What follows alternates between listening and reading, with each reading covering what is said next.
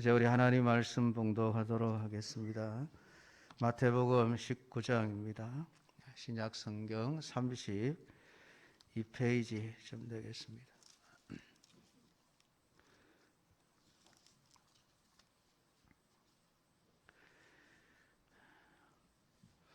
마태복음 19장 23절부터 30절까지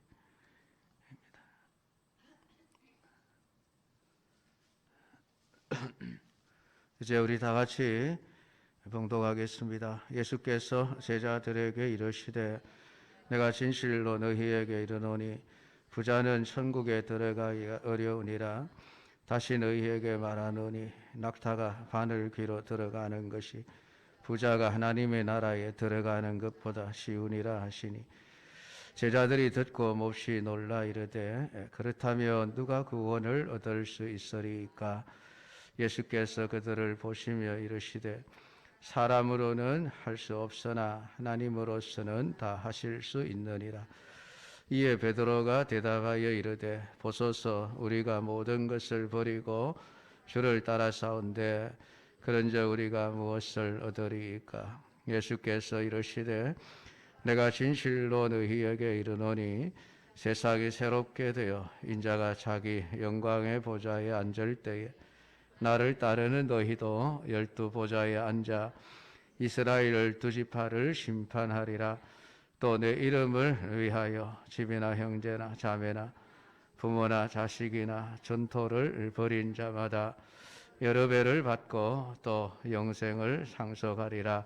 그러나 먼저 된 자로서 나중되고 나중된 자로서 먼저 될 자가 많으니라. 아멘. 할렐루야. 오늘도 예배하러 나오신 여러분 한 사람 한 사람 하나님이 사랑하시고 기뻐하시며 말씀을 통해서 은혜로 채워주시기를 축복합니다. 오래전에 우리 불교의 법정이라고 하는 분이 계셨습니다. 그분이 무소유를 이제 주창하면서 많은 사람들에게 감동을 주고 또 사람들이 그를 호응했던 그런 기억이 납니다. 사람들이 왜 그 무소유에 대해서 그렇게 열광했을까? 뭐 지금은 또 많이 이제 수그러들었습니다만은 한때 많은 사람들이 했던 이 소유가 없이 살아가는 삶을 굉장히 높게 보았던 그런 시기가 있었습니다. 왜 그런가 가만히 살펴보니까 그 이전에 사람들이 이 돈에 사로잡혀 살아가는 그런 삶을 보면서 이건 사람답지 않은 삶이다. 아마 그런 생각을 하면서 염증을 느꼈기 때문에 법정 스님의 무소유의 삶이 아주 사람들에게 큰 호응을 얻은 것이 아닌가 그렇게 생각을 해봅니다. 여러분, 신앙과 소유는 아주 관계가 깊습니다. 그리고 신앙과 소유의 문제는 늘 논란거리가 되어지죠. 우리나라가 50년대 6.25 전쟁을 겪은 이후에 우리 부모님 세대들이 이제 주축이죠. 그 세대들은 정말 가난하게 살았던 시대입니다. 집도 제대로 요즘 같던 그런 아파트가 어디 있습니까? 판잣집에 그저 비난 와서 저 부산에 가면은 그 산 꼭대기에 판잣집을 짓고 그저 시장에서 물건을 떼다가 이렇게 팔면서 생계를 유지하고 살았던 그런 시대죠.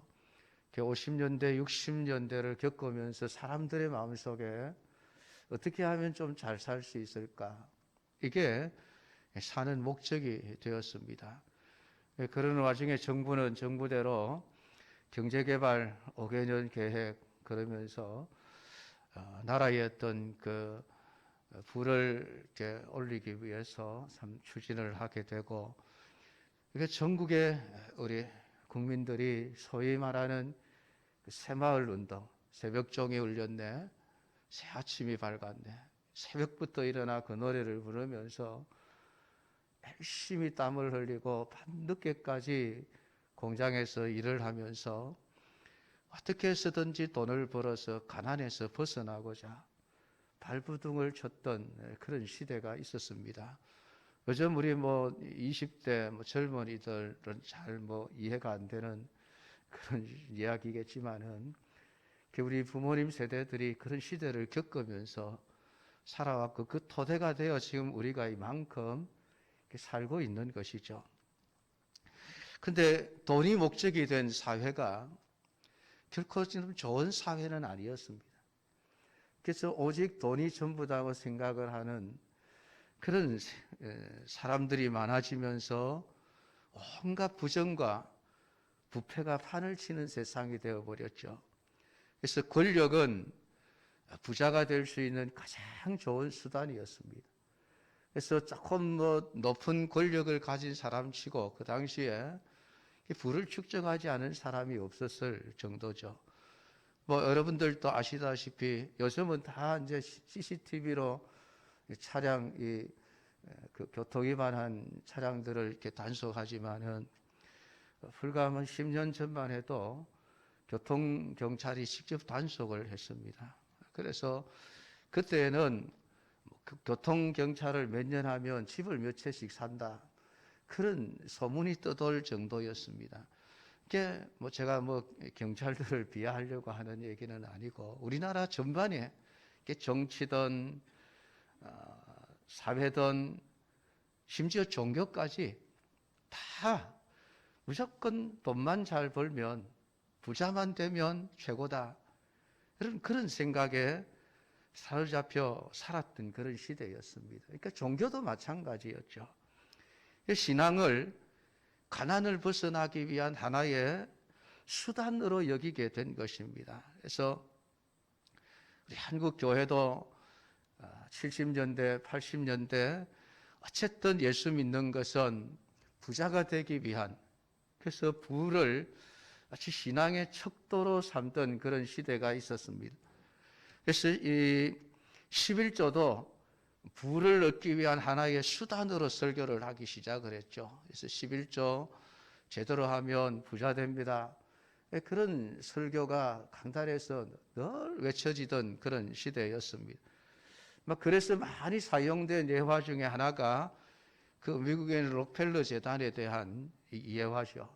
록펠러가 11조 생활을 잘해서 하나님이 복을 주셔서 세계적인 부자가 되었다, 그런 얘기였습니다만은, 그래서 11조 잘해서 부자가 되라, 그러면서 부자는 믿음이 좋은 사람이고 가난한 사람은 믿음이 없는 사람이라는 이런 인식까지 교회 안에서 하게 되었던 것입니다.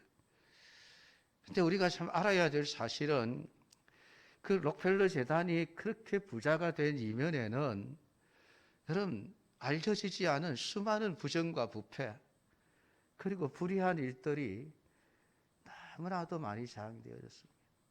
소위 말하는 그 당시의 기업들이 탈세, 억압, 착취 이런 게 만연했던 그런 시대죠. 록펠러 재단도 마찬가지예요. 그걸 단순히 참 교회가 목사님들이나 부흥사들이 11조 많이 해서 부자가 됐다 이런 식으로 가르치면서 정말 우리 온 교회가 그저 하나님 믿는 것도 부자가 되기 위한 하나의 어떤 수단으로서 하나님을 믿는 그런 지경이 되어져 버린 것입니다.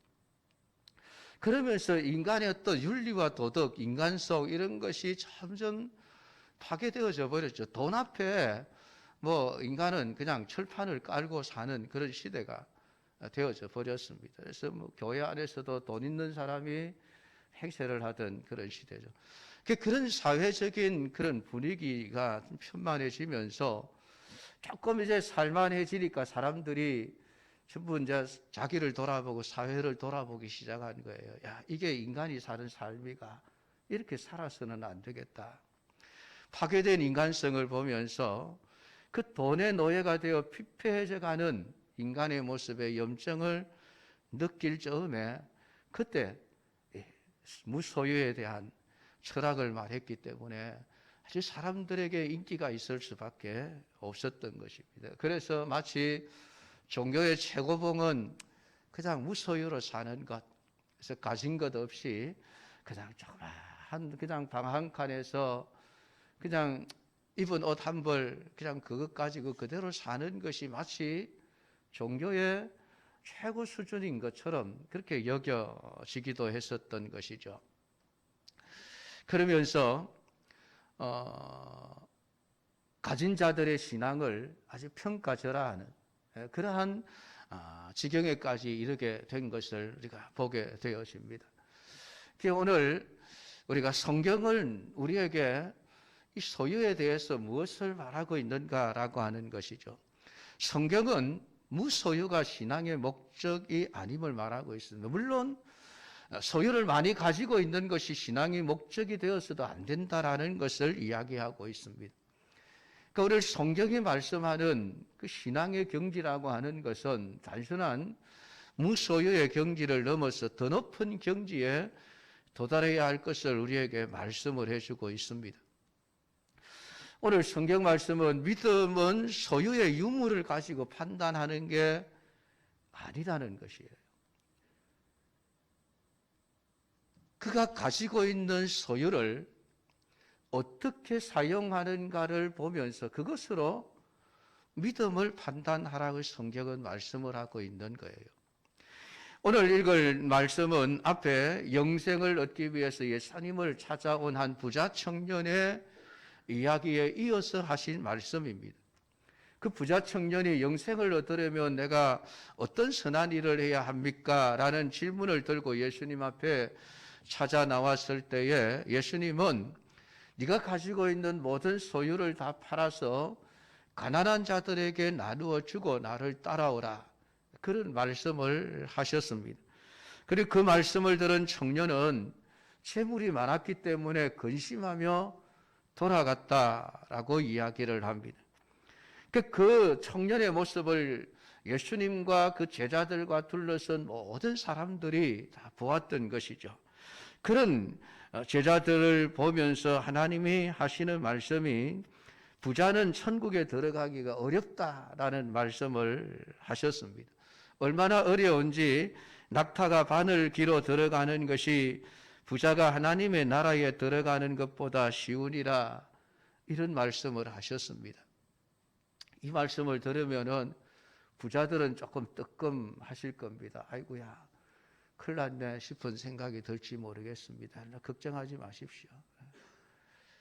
여러분 부자가 하나님 나라에 들어가기가 어렵다 그 말씀 속에서 부자의 기준이 어딜까요? 얼마나 가지면 부자일까요? 요즘은 뭐 몇십억 가진 자도 부자 축에 들어가지를 못하더라고요. 적어도 몇백억은 가져야 부자 소리를 들을 수 있는 이런 시대인데 얼마의 부자가 되면 천국에 들어가기가 어려운 것일까? 성경은 그런 기준을 말씀하고 있지 않습니다. 왜냐하면 그 돈의 유무를 가지고 이야기하는 것이 아니기 때문에 그래요. 그러니까 제자들이 깜짝 놀라죠. 놀랍니다. 아이고 그러면 누가 구원을 얻을 수 있겠는가? 그렇게 이런 이야기를 하는 제자들을 보면은 아마 제자들도 좀 부자가 아니었겠나 싶은 생각도 들기도 합니다. 비록 뭐 제자들이 지금 예수님을 따라서 집을 떠나왔지만은 그래도 꼭 꽤 괜찮은 삶을 그 당시에 살고 있었던가 이런 생각을 할 수 있어요. 그러니까 누가 구원을 얻을 수 있겠습니까? 이야기를 하죠. 만약에 자기들이 부자가 아니었다면은 뭐 이런 얘기 반응을 할 이유가 없지 않습니까? 아이고 감사합니다 예수님. 맞습니다. 우리는 뭐 가난하니까 우리는 다 구원을 얻을 수 있겠네요. 그렇게 얘기를 했겠지 않겠습니까? 그런데 아이고 누가 구원을 얻을 수 있으리까 한 말을 보면은 제자들도 나름대로 아마 뭐 실제로 부자였는지 아니면은 자기들 생각에 나는 부자다 그렇게 생각을 하고 살아가고 있었는지 알 수는 없지만은 그렇게 지금 제자들이 대답을 한 거예요. 그러니까 예수님의 대답은 사람으로는 할 수 없지만은 하나님으로는 다 하실 수 있느니라, 이런 말씀을 하십니다. 여러분, 하나님의 나라는 무엇 때문에 부자가 들어갈 수 없는 나라일까요?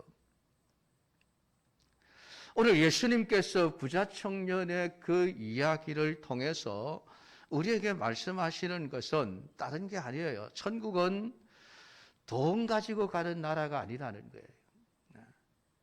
돈이 많다고 해서 들어가는 나라가 아니다.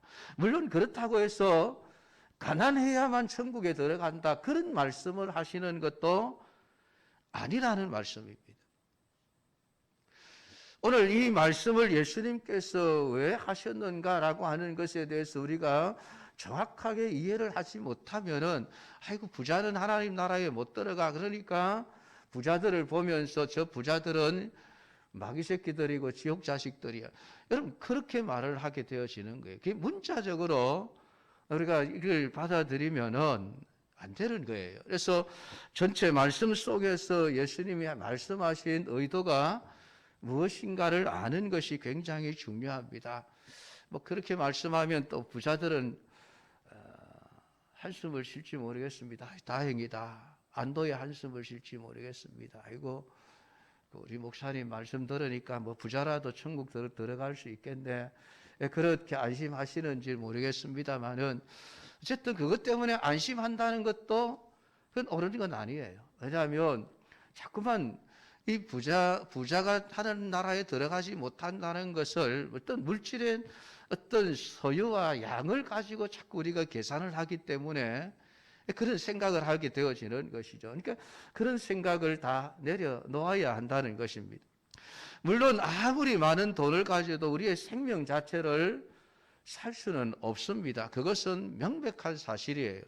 그래서 시편 49편 6절로 8절을 보면, 자기의 재물을 의지하고 부유함을 자랑하는 자는 아무도 자기의 형제를 구원하지 못하며 그를 위한 속전을 하나님께 바치지도 못할 것은 그들의 생명을 속량하는 값이 너무 엄청나서 영원히 마련하지 못할 것임이니라. 그러니까 하나님이 돈 가지고 천국 가려고 하면 영원히 못 간다. 왜냐하면 우리 생명의 값을 우리가 마련할 수 없기 때문이라고 성경은 말씀을 하고 있습니다. 그러니까 돈은 아무리 많이 가지고 있어도 그 돈 자체를 가지고 내가 천국에 들어간다는 생각을 하지 말라는 거예요. 부자라고 해서 천국에 가는 것도 아니고 부자라고 해서 천국에 못 가는 것도 아니다라고 하는 것이다. 그래서 성경은 사람은 할 수 없지만은 하나님은 하신다라는 이런 말씀을 하고 있습니다. 물론 이 말씀이 오늘 우리 모든 성도들을 향해서 그냥 가난하게 살아라, 그렇게 말씀하시는 것도 아닙니다. 그러니까 천국 가는데 돈 필요 없으니까 그냥 세상에서 다 그냥 버리고 가난하게 살아라, 그런 말씀도 아니에요. 오늘 이 성경이 우리에게 말씀하고자 하는 것은 내가 소유를 얼마나 가지고 있든지 중요한 것은 내가 그것을 어떤 목적을 가지고 사용하며 살아가는 자가 되는가라고 하는 것. 성경은 그걸 중요하게 지금 말씀을 하고 있는 것이죠. 오늘 제자들이, 베드로가 이런 말씀을 합니다. 예수님의 말씀을 다 듣고 보소서 우리가 모든 것을 버리고 주를 따라사온데 그런즉 우리가 무엇을 얻으리까? 오늘 예수님께서 29절에 가면 내 이름을 위하여 집이나 형제나 자매나 부모나 자식이나 전토를 벌인 자마다 여러 배를 받고 또 영생을 상속하리라 라는 말씀을 하셨습니다. 여기에서 중요한 것은 내 이름을 위하여라고 하는 이 말씀입니다. 내가 부자든 가난한 자든 하나님의 영광을 위해서 살아가고 있느냐라고 하는 거예요.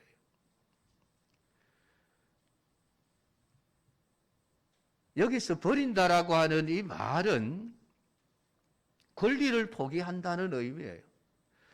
그냥 물질은 악한 것이니까 그냥 다 갖다 버리고 그냥 가난하게 아무것도 없는 그런 삶을 살아야 된다, 그런 의미가 아니라 그 물질에 대한 그 소유권, 권리를 포기하라는 얘기예요. 그게 버렸다는 말씀의 의미입니다. 재산이든 사람이든 내가 주인이라는 생각을 버리고 하나님이 이것을 내게 주셨으니까 내가 이것을 어떻게 사용해야 할 것인가를 생각하라는 말씀이에요.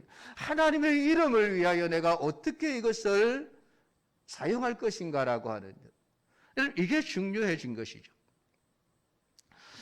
여러분, 이 벌이라는 것, 오늘 예수님께서 그 부자 청년에게 말하는 것처럼 네 모든 소유를 다 팔아 가난한 사람들에게 주라. 여러분, 이 말씀이 참 어려운 말씀이에요. 여러분 같으면 어떻겠습니까? 그럴 수 있겠습니까? 그러니까 버리지 않으면, 우리가 무소유가 되지 않으면 천국에 갈 수 없다고 한다면은 우리 중에 천국 갈 수 있는 사람 한 사람도 없을 거예요. 왜냐하면 지금 우리가 가진 게 얼마나 많습니까? 우리 지금 가진 게 너무 많아요. 그러니까 이 말씀을 그냥 문자 그대로 이야기를 하면은 천국에 갈 사람은 아무 소유도 없이 그냥 또 혈족도 없이 그냥 세상에 홀로 딱 남은 혈혈단신인 사람만이 천국에 들어갈 수 있다는 그런 의미가 되어져 버리는 것이죠. 그러니까 오늘 예수님이 우리에게 하시는 이 버림이라고 하는 그 개념은 그러한 의미가 아닙니다. 소유권의 이양 문제예요. 소유권의 이양 문제. 소유의 종이 된 자리에서 벗어나 그 소유의 종지기가 되라는 의미예요. 돈이 요구하는 대로 돈이 원하는 삶을 살지 말고, 그렇다고 해서 네가 돈의 주인이 되라는 얘기도 아니에요. 네가 원하는 대로 네 마음대로 돈을 쓰고 살라는 의미도 아니에요. 그 소유에, 그것이 돈이든 사람이든 그것이 무엇이든 그 네가 가지고 있는 모든 소유에 대해서 너는 청직이라고 하는 생각을 가지고 살아가라는 얘기죠. 청직이라는 것은 주인의 것을 임시로 맡아서 필요 적절하게 사용을 해서 그 주인의 삶을 지켜나가는 것. 여러분, 그 일을 하는 사람이 청직이죠. 이 사람은 주인도 아니고 종도 아니에요. 관리자일 뿐이죠. 관리자. 어떻게 관리할 것인가? 하나님이 내게 많은 것을 주셨으면 그 많은 것을 이거 내 것이니까, 내가 주인이니까 내가 하고 싶은 대로 할 거야가 아니라, 하나님이 내게 주신 것이고 주인은 하나님이니까 하나님이 내게 주신 이것을 어떻게 하면 하나님의 이름을 위하여 하나님이 원하시고 기뻐하시는 삶을 사는데 이것을 사용할 것인가라고 하는 것을 고민하며 살아가는 자가 되라고 하는 말씀입니다. 오늘 예수님께서 그냥 부모도 그냥 형제도 자매도 그냥 내팽개치고 몰라라 하고 그냥 예수님만 따라가면 된다, 그런 뜻으로 하는 게 아니에요. 이걸 우리 한국 교회가 참 오해를 하고 있는 분이죠. 그냥 무조건 그냥 가정이고 뭐고 다 팽개치고 기도만 열심히 하면 된다, 전도만 열심히 하면 된다, 뭐 신앙생활만 열심히 하면 된다. 잘못된 가르침이에요. 성경에 가르치는 원리를 제대로 이해를 하지 못해서 오해해서 나오는 이야기죠. 성경은 결혼도 하라고 이야기를 합니다. 자녀도 낳으라고 이야기를 해요. 가정을 꾸리라고 이야기를 하고 있습니다. 그러면 가정을 버리라는 말과 배치가 되지 않습니까? 그러니까 성경이 오늘 이 베드로가 내가 부모도 자녀도 형제도 예수님이 하신 말씀처럼 전토를 내가 다 버렸다라고 하는 이 버림의 의미라고 하는 것이 그렇게 다 관계를 끊어버리는 그런 삶을 얘기하는 게 아니라는 거예요. 내가 정말 내 이름을 앞세우는가라고 하는 것입니다. 네가 그 소유를 포기한다고 할지라도 그것이 너를 위한 것이냐 아니면 하나님의 이름을 위한 것이냐라고 하는 그 목적이 중요하다는 얘기예요.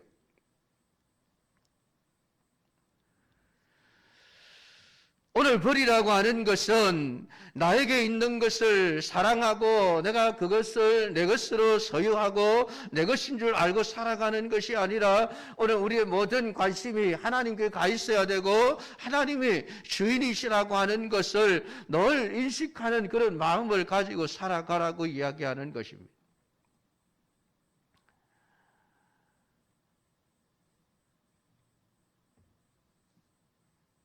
이런 말씀을 드리면은 은연중에 자신의 소유를 버려야 한다는 부담에서 또 해방되는 느낌을 가질 수도 있을 것입니다. 그러나 여러분, 내가 소유가 없는 삶을 사는 것보다는 가지고 있으면서 그것을 주님의 뜻대로 사용한다는 것은 더 어려워요. 사실은 무소유의 삶보다도 소유하고 있으면서 그것을 하나님이 원하시는 대로 사용한다는 것은 더 어려운 일이에요. 아무것도 없이 그냥 가난하게 청빈하게 살자라고 하는 것은 어쩌면은 정말 마음만 먹으면은 할 수 있는 일일지 모르겠습니다. 그 법정 스님이 한 것처럼 말이에요. 그런데 하나님이 내게 주신 것들을 소유하고 있으면서 그 소유의 노예가 되지 아니하고 하나님의 이름을 위하여 그것을 하나님이 원하시는 일에 그냥 쓰면서 살아가는 삶은 더 힘든 거예요. 더 어려운 거예요.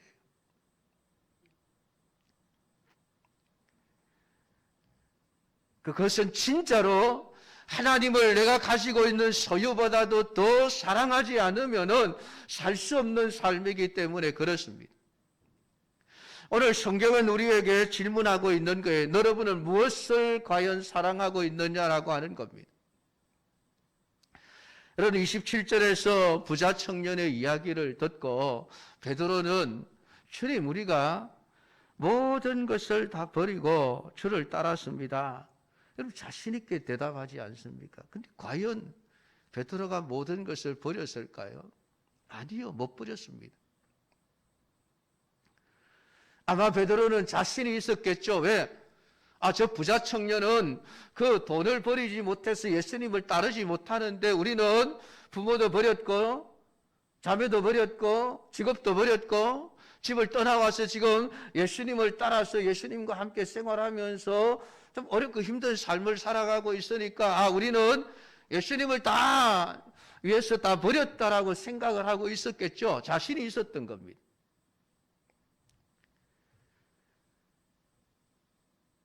이렇게 베드로가 이 예수님의 말씀을 문자적으로만 이해를 했습니다. 그러면 문자적으로만 보면 맞아요. 베드로는 모든 것을 다 버리고 주님을 쫓았습니다. 그러나 오늘 이 말씀이 주는 세상의 그 무엇보다도 예수님을 사랑해야 한다는 것을 베드로가 지금 깨닫지를 못하고 있는 거예요. 왜냐하면 결국 나중에 예수님이 붙들려 갔을 때에 베드로는 예수님을 3번이나 모른다고 부인을 했습니다. 왜 부인을 하게 되었을까요? 자기를 예수님보다 더 사랑했기 때문에. 베드로는 자기를 버리지 못한 거예요.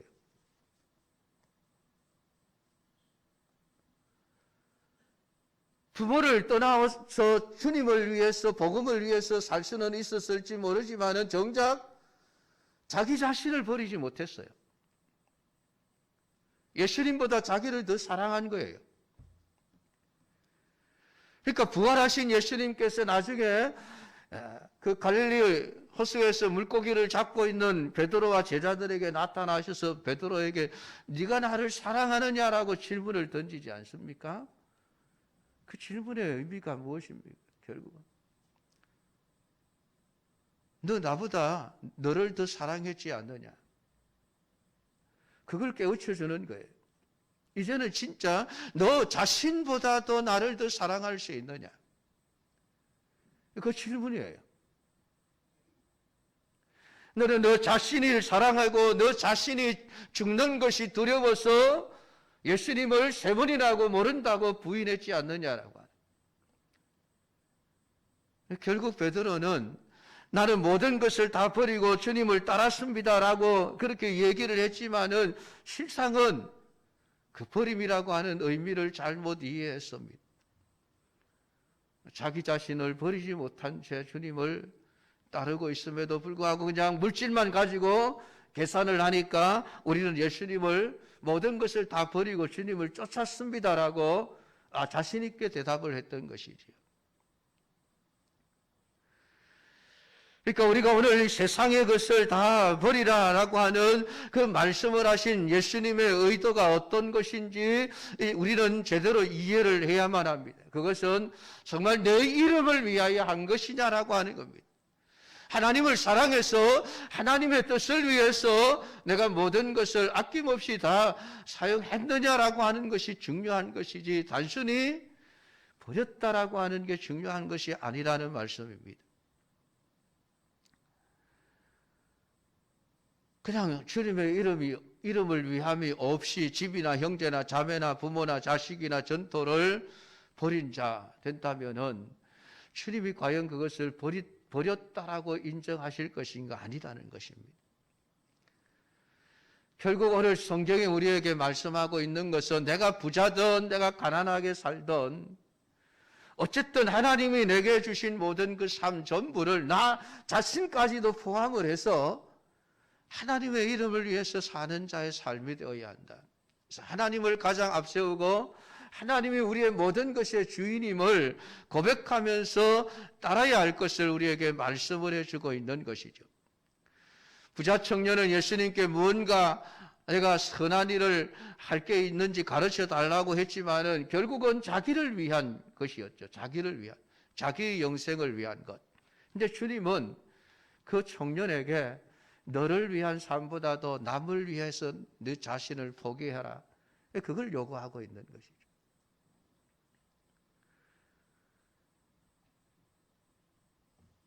오늘 신자가 하는 모든 일은 오직 하나님의 뜻을 보이기 위해서 하는 것이 되어져야만 합니다. 내가 원하는 것이 아니에요. 하나님이 원하는 것, 하나님의 이름을 위해서 하는 일들이 되어져야 함을 오늘 성경은 우리에게 말씀을 해주고 있습니다. 오늘 하나님의 뜻 앞에서 나라고 하는 존재가 사라져야 합니다.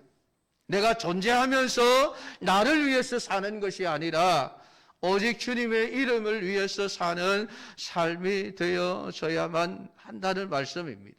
그런데 우리는 늘 나의 편안함을 위해서, 나의 유익을 위해서 주님의 뜻을 무시하고 내가 원하는 삶을 살죠. 오늘 성경은 그것을 심각하게 생각하라고 말씀을 하고 있습니다. 예배를 드리고 안 드리는 것도 결국은 나를 위한 것이 되어지죠. 그러니까 나에게 유익이 안 되면은 예배도 필요가 없어지는 겁니다. 그냥 나를 위해서 예배를 드리는 것이에요. 그건 예배가 아니에요. 하나님을 위한 것이어야 되죠.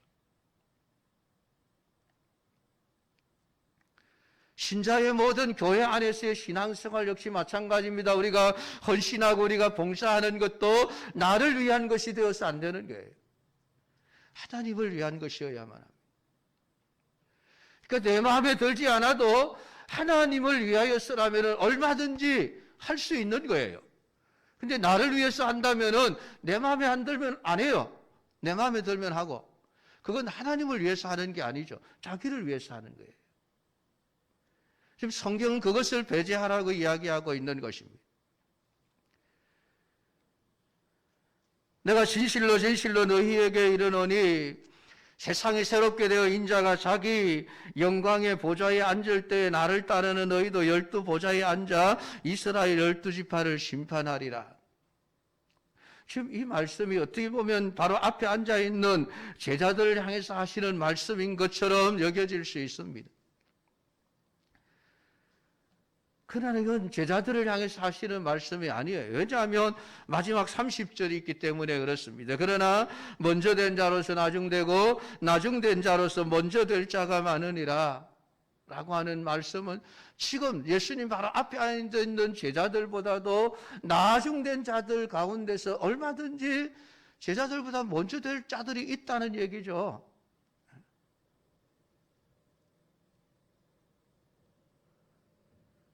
그러니까 누가 진짜로 주님을 따르는 자인가, 주님의 이름을 위하여, 하나님의 영광을 위하여 예수님을 따르는 자인가, 주님은 그것을 보면서 그렇게 사는 자들이 하나님의 나라에 12보좌에 앉아 이스라엘 12지파를 심판하게 될 것이라는 말씀을 하고 있는 거예요. 그 당시에 12제자를 향하여 하신 말씀이 아닙니다. 내가 될 수도 있다는 얘기죠. 2000년 세월이 지났지만은 얼마든지 우리가 먼저 될 수 있는 가능성을 주님은 다 열어놓으신 것입니다.